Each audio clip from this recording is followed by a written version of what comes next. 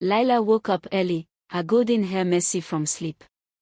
The sunlight poured through the small window of her room, painting the walls a warm orange. She stretched her arms and yawned, wondering what adventures the day would bring. But as soon as she stepped out of bed, she felt something strange in the air. Her mom, Sarah, wasn't singing in the kitchen like she usually did. Lila tiptoed into the living room, her small feet barely making a sound on the wooden floor. Her dad, Joe, sat on the couch with his face in his hands. He didn't even look up when Lila walked in. "Dad?" Lila asked, her voice soft and uncertain. Joe looked up, his eyes red. "Hey, sweetheart," he said with a weak smile. "Your mom had to leave for a while." "Where did she go?" Lila asked, her heart sinking. Joe hesitated. "She didn't say exactly. But don't worry. She'll be back soon." Lila frowned. Her mom always told her where she was going, even if it was just to the store. Something about this didn't feel right. Lila spent the rest of the day trying to cheer her dad up, but nothing worked. They played a board game, watched her favorite cartoon, and even baked cookies. But every time she looked at him, she saw sadness in his eyes. That night, Lila lay in bed, clutching her stuffed bunny tightly.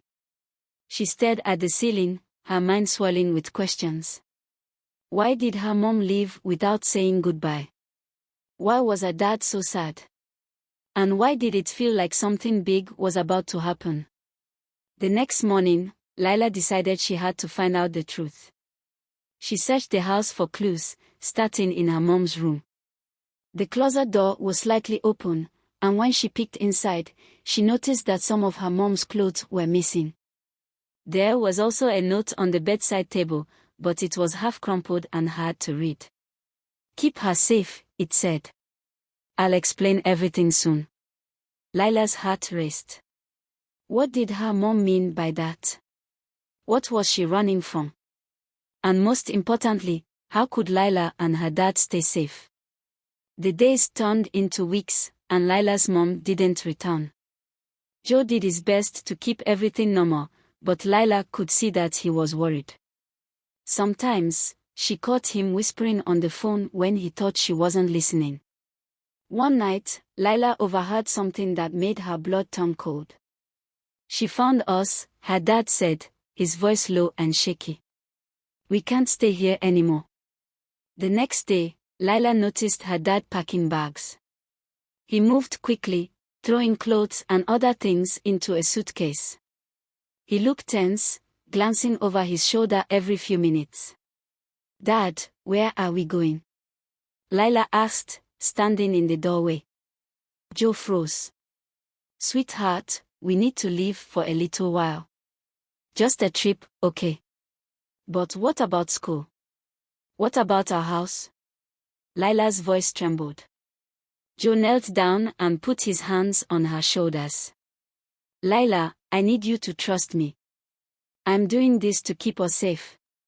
Safe. That word again. Lila didn't understand what they needed to be safe from, but the look in her dad's eyes told her not to argue. By evening, they were driving down a dark highway. The car was packed with their things, and Lila clutched her stuffed bunny, staring out the window. She wanted to ask questions, but something about the way her dad's hands gripped the steering wheel tightly made her stay quiet. The road stretched endlessly ahead, and Lila's eyelids grew heavy. She was about to drift off to sleep when she noticed headlights behind them. A car was following them, its lights shining brightly in the rearview mirror. "Dad, there's a car behind us," Lila said, sitting up straighter. Joe glanced at the mirror, his jaw tightening. "It's probably nothing," he said, but his voice didn't sound convincing. The car stayed behind them for miles, never passing, never turning. Then, suddenly, it sped up and pulled alongside them. Lila caught a glimpse of a man in the driver's seat, his face shadowed but his eyes cold. Joe swerved off an exit, his breathing quick. "Hang on, Lila," he said. We are taking a detour.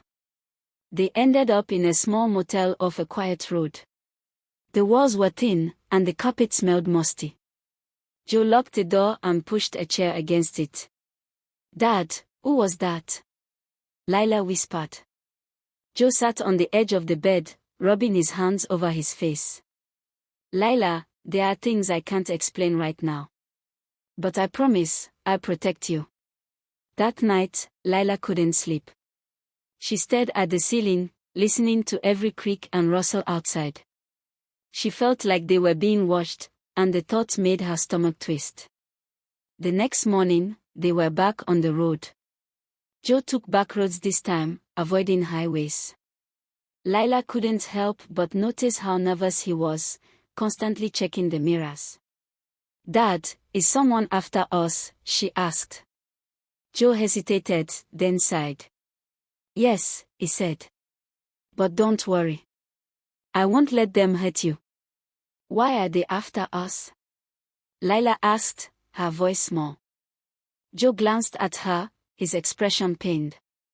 "Because of your mom." Lila's heart sank. What had her mom done? Why had she left them in the middle of all this danger? Lila wanted to be mad at her, but she also missed her so much it hurt. That night, they stopped at another motel. While Joe was getting food, Lila searched his bag for answers. She found a photo tucked into a book. It was a picture of her mom, but there was something different about her. She was wearing a uniform with a badge on it. Her mom had been a police officer. Lila's hands shook as she stared at the photo. What had her mom gotten involved in?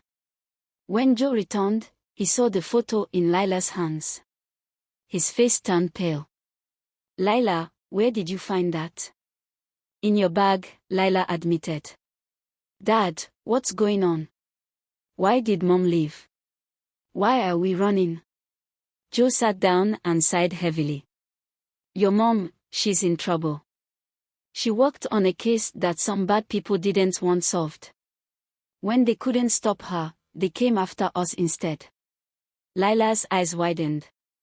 "So, they're after us because of her?" Joe nodded. "But she's trying to fix it. That's why she left. To keep them away from you." Lila felt a mix of emotions, fear, confusion, and a strange kind of pride in her mom. But she also felt scared. What if her mom couldn't fix it? What if the bad people found them first? A few nights later, while they were staying at another motel, the danger caught up to them. Lila woke up to the sound of footsteps outside their room. Her dad was already awake, peering through the curtains. "They're here," Joe whispered, his voice filled with dread. Lila's heart pounded as Joe grabbed the car keys. "We have to go. Now." They slipped out the back door just as someone started pounding on the front. Joe held Lila's hand tightly as they ran to the car. They sped off into the night, but Lila could see headlights behind them again. The car chase that followed was terrifying. Joe weaved through dark streets, trying to lose their pursuers. Lila clung to her seat, her eyes wide with fear. Finally, Joe managed to turn onto a narrow dirt road and caught the headlights. They sat in silence, holding their breath as the other car roared past, not noticing them. Joe let out a shaky breath. "We can't keep running like this," he said. "We need help. Let me know if you'd like me to continue further." This structure allows the suspense and conflict to keep building, making it engaging and emotionally evocative for the target audience. Joe's words echoed in Lila's mind, "We need help." But who could help them? Her mom was out there somewhere, trying to fix everything, but Lila wasn't sure how long they could keep running. The next day, they arrived in a quiet town nestled in the mountains. It felt safe, peaceful even. Joe rented a small cabin, far from the main road, and told Lila they would stay there for a while. He started making phone calls, always whispering, always glancing over his shoulder. One evening, Lila sat by the window, staring at the stars. She thought about her mom and the way she used to tell bedtime stories. Her chest ached with longing. Suddenly, Joe walked in, his face brighter than it had been in weeks. "I found someone who can help," he said. "Who?" Lila asked, her heart leaping with hope. "An old friend of your mom's," Joe explained. "She used to work with him. He knows what's going on, and he's going to meet us." The next day, they drove to a small diner on the edge of town. A tall man with a kind smile was waiting for them. He introduced himself as Mark. Lila could tell he was someone they could trust. He listened carefully as Joe explained everything, nodding and asking questions. "I'll contact Sarah," Mark said. "She's closer than you think. But you have to stay hidden until I give you the all clear." Lila's heart skipped. Her mom was nearby. For the next few days, Mark helped them settle into a safe routine. He brought food and supplies, and for the first time in weeks, Lila felt like things might be okay. Then, one night, there was a knock on the door. Joe froze, and Lila's stomach twisted. They weren't expecting anyone. "Stay here," Joe whispered, grabbing a flashlight. He opened the door cautiously, but instead of danger, a familiar figure stepped into the room. It was Sarah. "Mom!"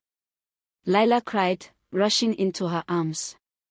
Tears streamed down her face as she held her mom tightly. Sarah knelt down, her own eyes wet with tears. "Oh, my sweet girl.